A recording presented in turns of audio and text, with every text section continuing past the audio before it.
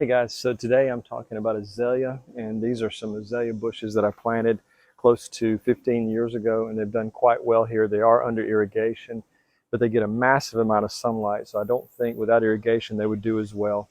But they're not irrigated heavily, it's just a light irrigation 2 or 3 times a week. But what I'm going to do is I'm going to show you how to take cuttings from these so you can produce as many azaleas as you like. Azaleas are my favorite plant in the garden.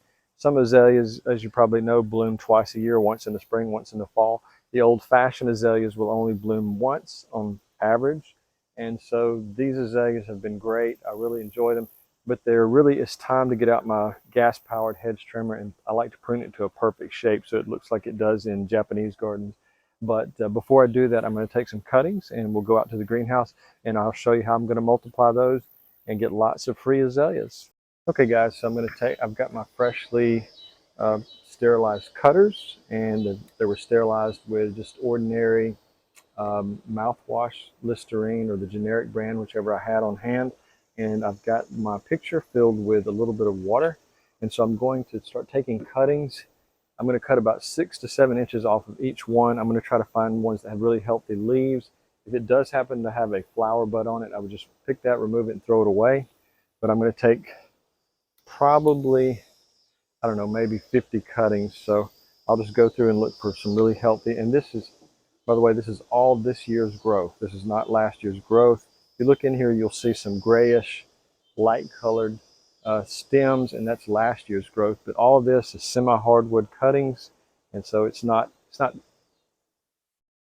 several months old is what I'm trying to say. So anyways, I'm going to go through and cut maybe 40 to 50 cuttings so we can propagate those. And so I'll just go through and do that.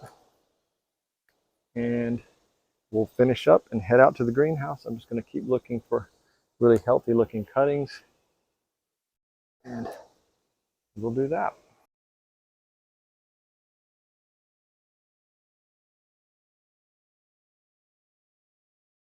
So guys, I'm still looking for good cuttings. I'm going around to different bushes, and just that might have different features, like smaller leaves, some have larger leaves. But I just want to kind of go around and find cuttings that I think I might want to reproduce, because I don't want to just take it from one shrub bush. I want a variety in case there's an issue with one bush that I didn't recognize. And one other thing, and before we go to the next step, I just want to ask you, do you know who these two characters are right here? If you've ever been to Japan and you've been to certain temples, these will be uh, sitting outside, and some of them are actually the people of the community will put hats and small jackets on them. So it's kind of interesting to see. But the name of this is Jizo. Okay, so I've nearly gotten a full container of the cuttings, and I'm just going to get a few more from this area. And some of these looks like they have some leaf scorch on them, or maybe some other issues. So I'm just going to carefully look for some really healthy looking pieces. Let's see. And just try to take a few more. I'm just trying to, like I said, get a variety of cuttings from different shrubs that have different characteristics and maybe flower colors. So I'll just keep looking for those. And we'll head back to the greenhouse and start working on propagation.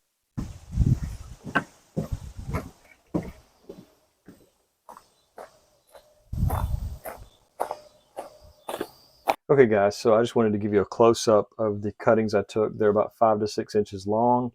They are this year's growth, so this would be, if it was last year's growth, this would be more grayed out, and I don't have any examples of that, but this is this year's growth, and I can guarantee that because every year I take my pruners and prune the azaleas to a perfect form, so it's just kind of a flowing, beautiful form that I really like. So this is all this year's growth, everything I cut, and I'm going to do a couple of things the next step, and we'll move on to that. Okay, I want to make sure that I get any insects that might be on my cuttings. So I'm going to take them all out of this first container that doesn't have a lot of room. But before I do that, I'm just going to put a drop, just a small drop of baby shampoo into the water. I'm going to mix it up. And that will help with any possible insects that might be on these. I'm just going to dunk them down really good. A lot more room in the secondary bucket. My first collection bucket was not big enough for this, so I just want to put everything in there, move it around, make sure we get any possible insects that might be hiding under the leaves. And I'm going to take this outside, rinse it out thoroughly, try not to damage, and I'll transfer it back to our original bucket.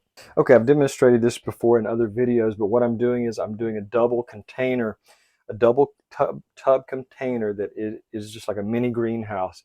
So I'm going to take my pen, the black cube pen, and basically this pen is a soldering pen, but I use it to put holes in plastic. And let's see if you can see that going through. It just goes through super fast.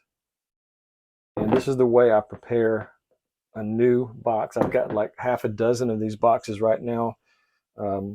Excuse me, they're currently are filled with different cuttings of different things that I've taken. And I'm just going through, I'll try not to make this too boring. I'm just going to show you how quickly this penetrates the plastic. It is super hot and it melts right through. So you just do that, put in as many holes as you want to. I'm going to say 15 to 20. This is going to be a drain, act as the drainage for the cuttings. We're going to flip it back over and put it in an identical plastic tub. And the secondary tub on the bottom will be filled with water to about 1 to 2 inches, just above the base of this one. So it will allow moisture to come in from this. It'll act as a wicking container, a humidity tray, and the cap will be, the lid will be on this one. So we'll finish doing this and we'll go on to the next step.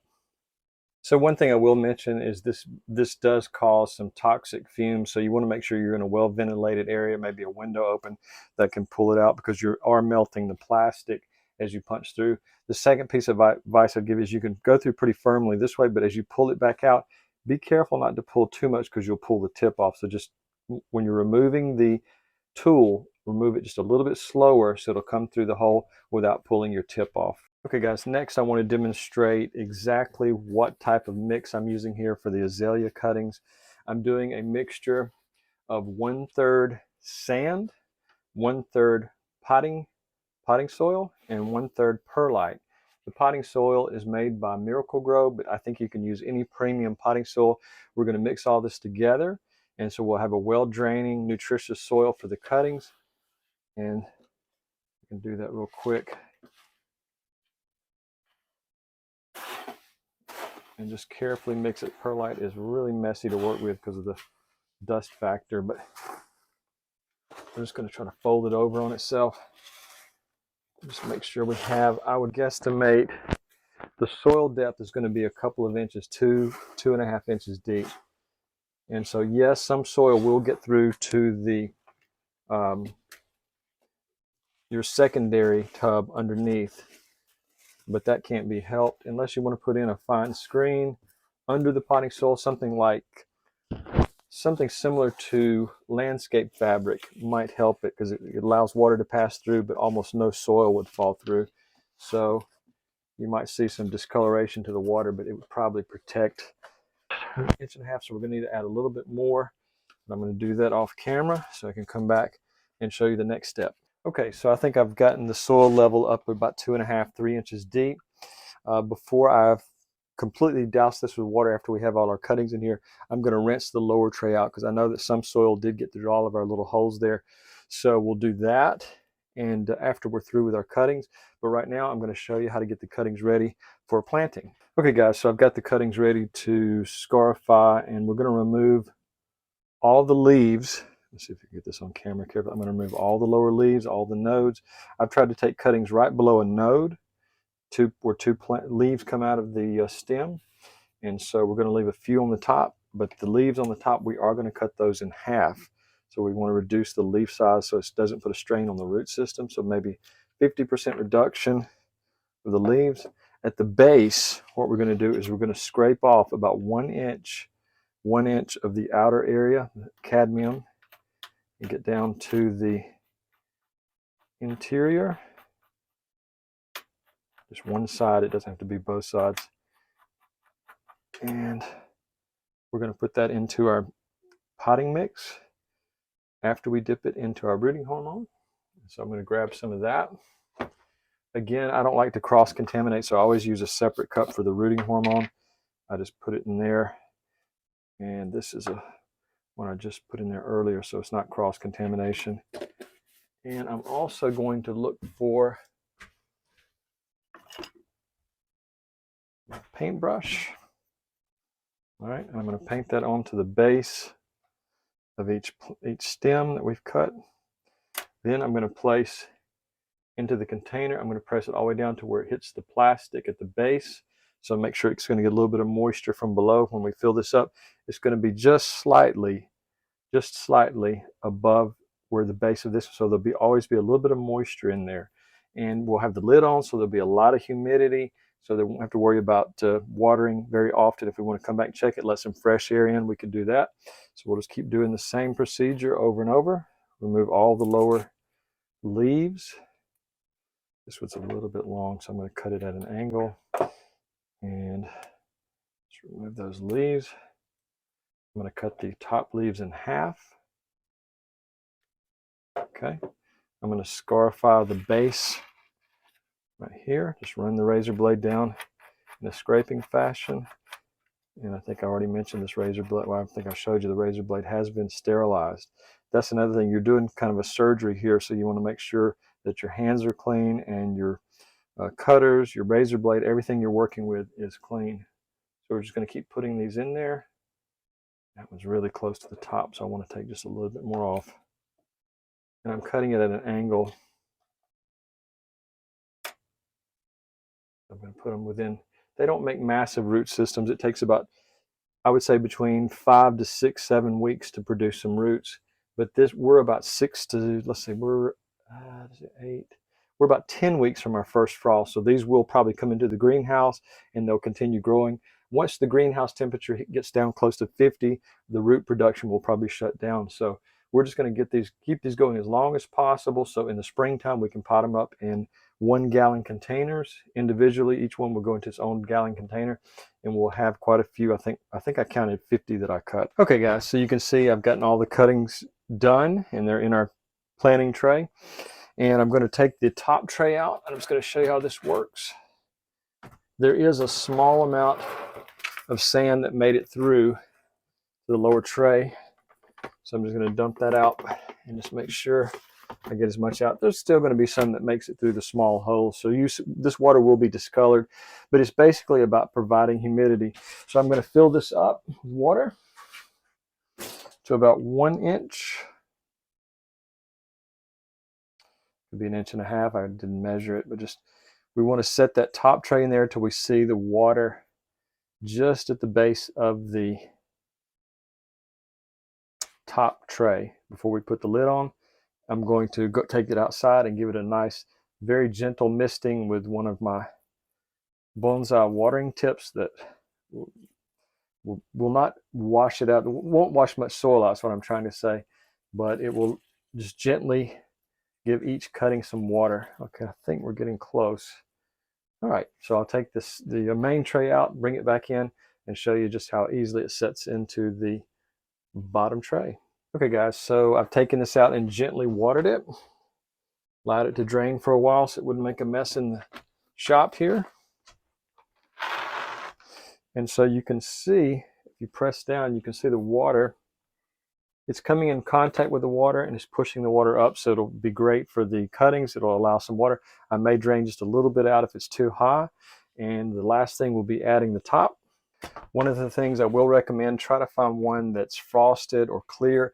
A lot of these they make have solid tops and don't allow any light into the top, so I would try to find that. It's not a perfect seal, but it will keep humidity in, and also it'll keep animals out with the 2 clips on each side. I think it was about $10 at my local grocery store, and I think I previously ordered one on Amazon. The maker of it is Sterlite, and I would say it's about 2 to a little bit over 2 feet, maybe 1.5 feet wide, and maybe 6 to 8 inches deep. And I purchased 2 of them, so for about $20, they have their own greenhouse, and these are so tough they can be used year after year after year. Eventually, they might dry rot or crack, but they could easily last for 10 years. Okay, guys, I'm going to move this to its final spot on the north side of the greenhouse, and it will be in complete shade. And we're going to let this sit here for about 6 weeks. I'll be checking it about once a week to make sure it hasn't dried out, opening it and allow a little bit of airflow. I can just flip it open, wave the top, and let a little fresh air in. And so it's going to sit here for a while, and hopefully in 6 to 8 weeks we will have 50 new azalea plants. Hey guys, sorry about the dark. It's kind of hard to see outside, so I've been working inside, so it's kind of hard to tell what I was doing out there. But basically, I just placed it in its final spot. So it's the end of the day, and I'm going to go inside and have a cold adult beverage. And so you can see the greenhouse right now is completely empty, other than just the shelving, and it will be starting to be filled once we get probably November and probably January. All the bonsai, the hardy bonsai, will come inside, so we will have a packed greenhouse, and I'll show you that. Also, on these cuttings, I will update them when I take them out, probably as a YouTube short, so keep an eye out for that, and I'll link it back in the video so you can see what type of rootings it did form. Hey guys, so today's moment of Zen is something that I value more than money or possessions. It's time, and so many people don't realize they never know exactly how much time they have. And so I've seen it happen many times with people I know that they're here today and gone tomorrow, and it's really a tragedy that they didn't value their time. So this area I created just as a place to relax for my wife and I. And we come out here in the cooler months. We can't really do it now because it's August and it's brutally hot. But the reason I'm showing you this and talking about it, I think it's important to create a space where you can just relax and stop what you're doing in life and get away from digital media and all of those things so you can just decompress. So anyways, I appreciate you watching. I hope you enjoyed the video. And if you would, please like and subscribe. And if you have any comments or questions, leave those below. I really appreciate each one of those, and I try to answer everyone in detail. Have a great day, and I'll see you next time.